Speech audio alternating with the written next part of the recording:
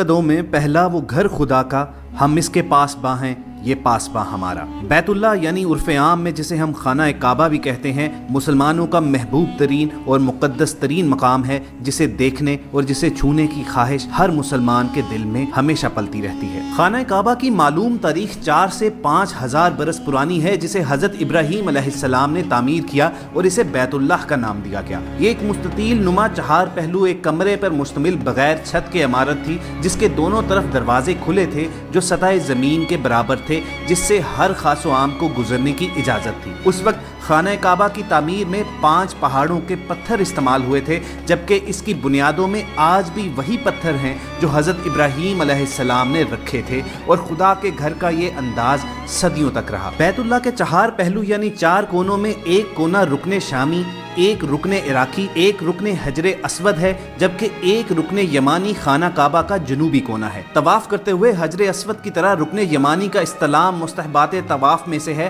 ताहम रुकने यमानी की हद तक इस्तलाम से मुराद ये है कि अपने दोनों हाथों की हथेलियों से या सिर्फ दाएं हाथ की हथेली से रुकने यमानी को मस करे, और जब हजूम की वजह से इसको मस करने से आजिज हो तो अशारे से इसका इस्तलाम किया जाए। हर साल 9 ज़िलहज को गिलाफ काबा तब्दील किया जाता है, और गिलाफ काबा भी इस तरह सिया जाता है कि हजरे असवद, बाबे काबा और रुकने यमानी ढांपे न जाएं बल्कि साफ नजर आते रहें। खाना काबा के जुनूबी कोने की दीवार, जिसे रुकने यमानी कहा जाता है, अगर इसे गौर से देखा जाए तो इसमें खासी बड़ी दरार भी नजर आती है। ऐसा लगता है कि ये कोना बावजूद मुरम्मत के बार बार फट जाता है और इसकी मुरम्मत होती रहती है, और इसे स्टील की बड़ी बड़ी कीलों और सीमेंट वगैरह से जोड़ने की बारहा कोशिश भी की गई है। जब 1996 में खाना काबा की आखिरी बार जदीद मशीनरी और आलात से तामीर और तज़य्यन की गई, तो उस वक्त यकीनन रुकने यमानी की भी तामीर और तज़य्यन और मुरम्मत की गई होगी। तो क्या वजह है कि यहाँ कोने में चौड़ी दरारें पड़ गईं, और अगर पड़ गई थी तो जदीद टेक्नोलॉजी के बावजूद खाना काबा का ये कोना हमेशा इसी अंदाज में क्यों रहता है कि गोया इसकी अभी अभी मुरम्मत की गई है। और हर बार की तरह जब खाना काबा की मुकम्मल तामीर और तज़य्यन की गई तो इस कोने को इस तरह पाट कर दोबारा बाकी तमाम कोनों की तरह स्याह पत्थर से क्यों नहीं ढका गया। रुकने यमानी की अगर तस्वीर और वीडियोस देखी जाएं तो इनमें रुकने यमानी में क्रैक नजर आते हैं। दीवार वहां से टूटी हुई है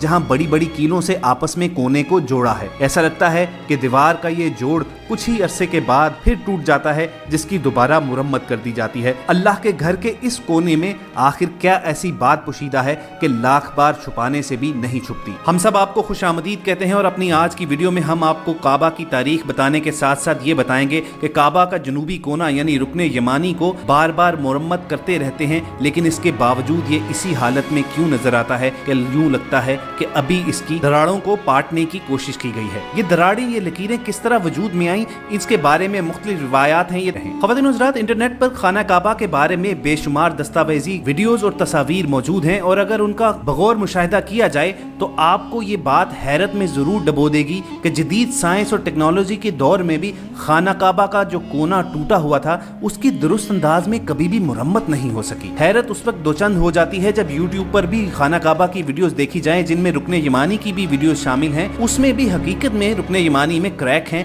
और दीवार वहां से टूटी हुई है, जिसे बड़ी बड़ी कीलों से आपस में कोने को जोड़ा है। ऐसा लगता है कि दीवार का ये जोड़ कुछ ही अरसे बाद जुड़ने के फिर टूट जाता है। रुकने यमानी की मुरम्मत का काम कदीम तारीख से जारी है और अब भी होता रहता है। खुदा के घर के इस कोने में आखिर क्या ऐसी बात पोशीदा है जो लाख बार छुपाने से भी नहीं छुपती। तारीख का मुतालिया जारी रखें तो पता चलता है कि रुकने यमानी से मुतल्लिक तवारीख में और भी बहुत सी बातें दर्ज हैं। सबसे पहले आपको बताते हैं कि खाना काबा के इस कोने यानी रुकने यमानी के बारे में रसूल अकरम सल्लल्लाहु अलैहि वसल्लम का एक फरमान है। हजरत अब्दुल्ला बिन अमर रज़ियल्लाहु ताला फरमाते हैं कि रुकने यमानी पर 2 फरिश्ते हैं जो वहां से गुजरने वाली की दुआ पर आमीन कहते हैं। इसी तरह रसूल अकरम सल्लल्लाहु अलैहि वसल्लम का फरमान है कि ये जन्नत का दरवाजा है। रुकने यमानी और हजरे असवद दोनों जन्नत के दरवाजे हैं। हालांकि बज़ाहिर खाना काबा के इस कोने पर किसी भी दौर में कोई दरवाजा नहीं रहा है, लेकिन रसूल अकरम सल्लल्लाहु अलैहि वसल्लम के कौल के मुताबिक अगर रुकने यमानी भी जन्नत جنت کا دروازہ ہے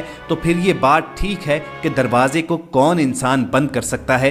رکن یمانی کی جب بھی مرمت کی گئی تو اسی لیے شاید اس میں کریک آ جاتا ہے۔ خواتین و حضرات، رکن یمانی سے متعلق ایک اور اہم واقعہ ہجرت نبوی سے 23 برس قبل کا ہے۔ عباس بن عبد المطلب کا کہنا ہے کہ بروز جمعہ بمطابق 13 رجب 30 عام الفیل کو میں اور بریدہ بن قعنب بنی ہاشم اور بنی عبدالعزا کے دیگر افراد کے ساتھ خانہ کعبہ کے پاس بیٹھے تھے کہ اچانک فاطمہ بنت اسد خانہ کعبہ کے رکن یمانی کی طرف آئیں۔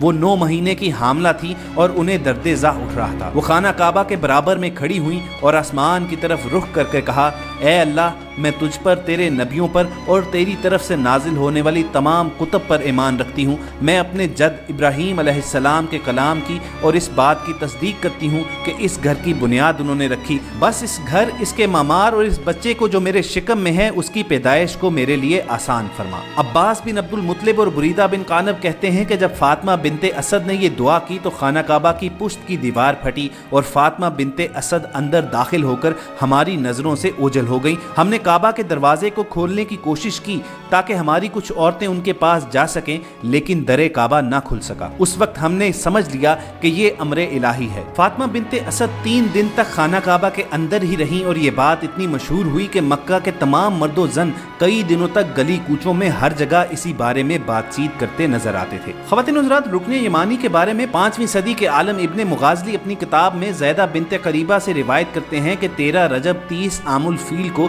میری ماں ام عمارہ بنت عبادہ صحن کعبہ میں کچھ عرب عورتوں کے ساتھ بیٹھی تھی کہ ابو طالب غمگین حالت میں ان کے پاس سے گزرے تو میری ماں نے ان سے پوچھا کہ اے ابو طالب، آپ کے کیا حال ہیں؟ ابو طالب نے مجھ سے کہا کہ فاطمہ بنت اسد درد زا سے تڑپ رہی ہیں۔ یہ کہہ کر انہوں نے اپنا ہاتھ ماتھے پر رکھا ہی تھا کہ اچانک محمد صلی اللہ علیہ وآلہ وسلم وہاں پر تشریف لائے اور پوچھا کہ چچا، آپ کے کیا حال ہیں؟ ابو طالب نے جواب دیا تو پیغمبر نے ابو طالب کا ہاتھ پکڑا اور فاطمہ بنت اسد کی طرف گئے، پھر دونوں کا ہاتھ پکڑ کر کعبہ میں چلے گئے اور ایک کونے میں لے جا کر فاطمہ بنت اسد کو بٹھا دیا۔ ام عمارہ کہتی ہیں کہ تھوڑی دیر بعد فاطمہ بنت اسد نے ایک بچے کو جنم دیا۔ ابو طالب نے اس بچے کا نام علی رکھا اور پیغمبر اسلام انہیں گھر لے کر آئے۔ سامعین کرام، ہم سب آپ کو یہ بتاتے چلیں کہ دوسری طرف مورخین اور علماء کا ایک گروپ اس واقعے کی صحت سے انکار بھی کرتا ہے۔ نہج البلاغہ کے شارح علامہ ابن ابی الحدید اس روایت کو نقل کرنے کے بعد فرماتے ہیں کہ سیدنا علی رضی اللہ تعالی عنہ کی جائے پیدائش کے بارے میں اختلاف ضرور موجود ہے، لیکن یہاں ہمارا موضوع یہ بحث نہیں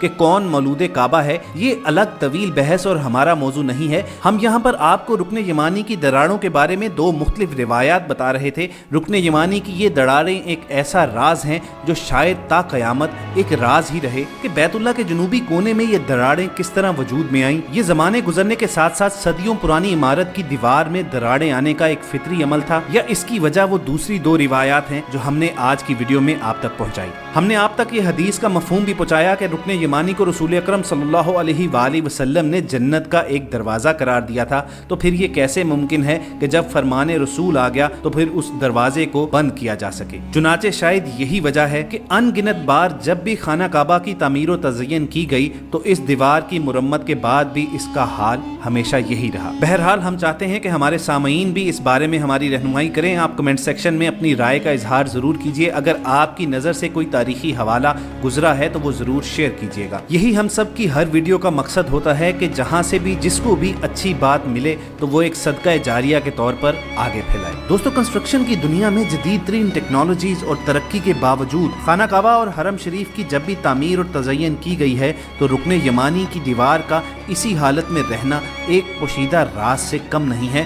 یہ سوال ہمیشہ ذہنوں میں جنم لیتا رہے گا کہ جب کنسٹرکشن میں ایسے پیچ ورک کی ٹیکنالوجیز اور ٹیکنیکس آ گئی ہیں کہ مرمت کے آثار تک باقی نہیں رہتے، تو پھر اللہ تعالیٰ کی کیا منشا اور مرضی ہے کہ خانہ کعبہ کا یہ جنوبی کونا جسے رکن یمانی بھی کہتے ہیں، اس کو ریپیئر کرنے کی جب بھی کوشش کی گئی ہے تو اس میں دوبارہ دراڑیں آ جاتی ہیں۔ ہم آپ کو ویڈیو کی شروعات میں بتا چکے ہیں کہ کعبہ کی موجودہ عمارت کی آخری بار تعمیر نو اور تزئین 1996 میں شاہ فہد کے دور میں ہوئی تھی۔ اس وقت اخباروں میں نہ صرف خبریں شائع ہوئی بلکہ الیکٹرانک میڈیا پر بھی दस्तावेजी फिल्में भी चलाई गई जिनमें खाना काबा और हरम शरीफ की तामीर नौ के मुख्तलिफ मरहलावार मनाजर दिखाए गए। उस वक्त खाना काबा की बुनियादों को नए सिरे से भरा गया था। जब आखिरी बार जदीद मशीनरी और आलात की मदद से खाना काबा और हरम शरीफ की तामीर नौ और तज़य्यन की गई थी तो इसकी तामीर में अच्छा पत्थर और आला मटीरियल इस्तेमाल हुआ था। मगर उस वक्त हैरत की इंतहा नहीं रहती है कि जदीद साइंस और टेक्नोलॉजी के दौर में भी खाना काबा का एक कोना उसी तरह दरारें लिए हुए है और इसकी मुरम्मत में दीवार के मटीरियल से हटकर दीगर मटीरियल इस्तेमाल किया गया।